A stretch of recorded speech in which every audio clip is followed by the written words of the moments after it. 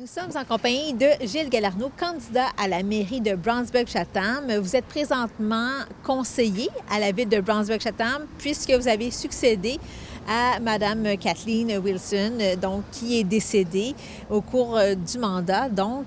Et pour quelle raison vous avez décidé de vous lancer dans cette campagne-ci à titre de candidat à la mairie plutôt que conseiller municipal? Je crois sincèrement que je peux faire la différence. Je peux être plus à l'écoute. Je crois à la transparence, à l'écoute et à l'implication citoyenne. Je crois qu'en faisant des comités de secteur, les gens vont s'impliquer et puis on va pouvoir aller aux bonnes places, faire les bonnes choses tout de suite, plus vite. Puis être à l'écoute des citoyens, c'est ce qui a manqué. Meilleure communication, puis je veux développer ça plus. Développer donc une meilleure communication, mais vous auriez pu aussi le faire à titre de conseiller? Bien, je pense qu'en étant maire, premièrement, je vais être un maire présent, je vais être là à plein temps. Je vais vérifier tout ce qui se passe. Tu sais, je vais suivre les choses, puis je vais tenir les conseillers au courant. Présentement, on n'était pas tenus au courant de ce qui se passait.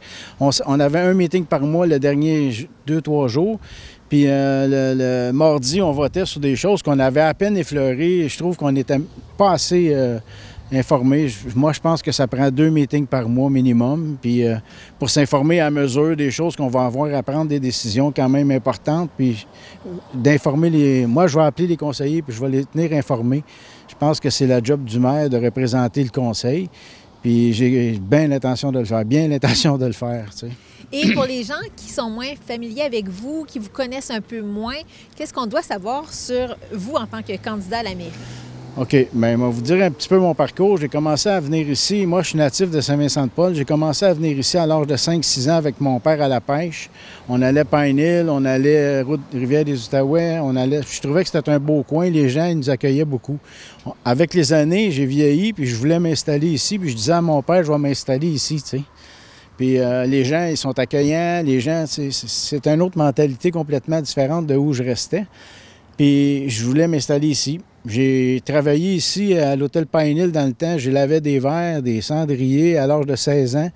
Et puis, c'était mon but, c'était de m'en venir ici. À l'âge de 21 ans, j'ai acheté la patate dans la cour d'hôtel Flamingo, juste là-bas, en avant aujourd'hui, le Fin Finot.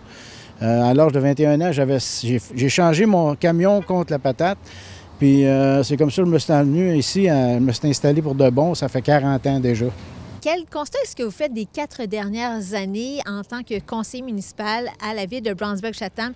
Quelles ont été les grandes réalisations et également peut-être les moins bons coups de cette municipalité? Le moins bon coup, d'après moi, c'est les 2 triplex qu'on a sur la rue Park.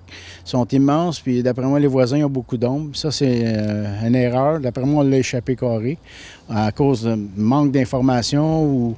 Ça me fait vraiment de la peine. J'habite sur la rue Park, je passe là tous les jours, puis je pense qu'on l'a vraiment échappé. Ça, c'est un regret total pour moi.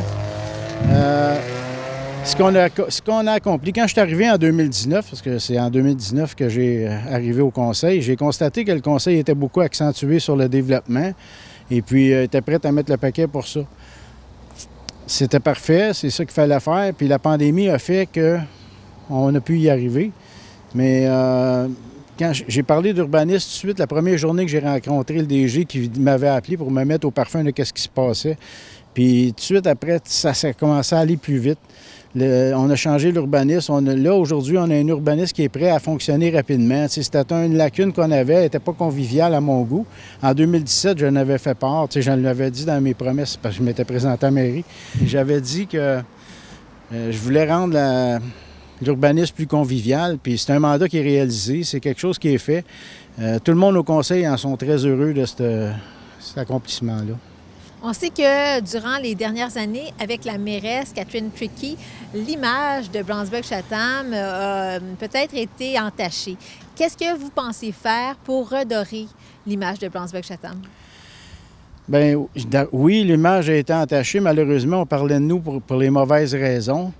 Bien, je pense que pour améliorer tout ça, bien, il va falloir être vrai, transparent, puis montrer aux gens redonner de la confiance. Puis ça peut juste se faire par la communication puis la transparence.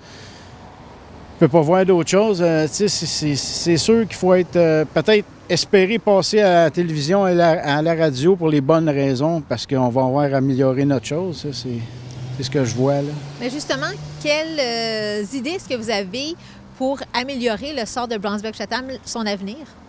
Et comme j'ai dit, des comités de secteur, je veux faire aussi, parce que les comités de secteur, les gens vont être impliqués, puis on va savoir qu'est-ce qui se passe dans leur rue. Tu sais, moi, je sais qu'est-ce qui se passe dans ma rue, mais je sais pas qu'est-ce qui se passe dans le chemin de la carrière à l'autre bout.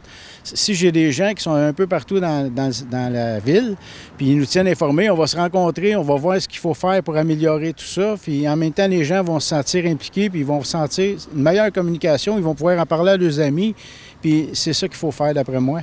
Pour améliorer, il y a aussi, l'art, la culture. Je voudrais donner un autre coup de barre un peu plus haut pour être capable d'aider au financement de, exemple, la branche culturelle, la maison des jeunes, ces choses-là.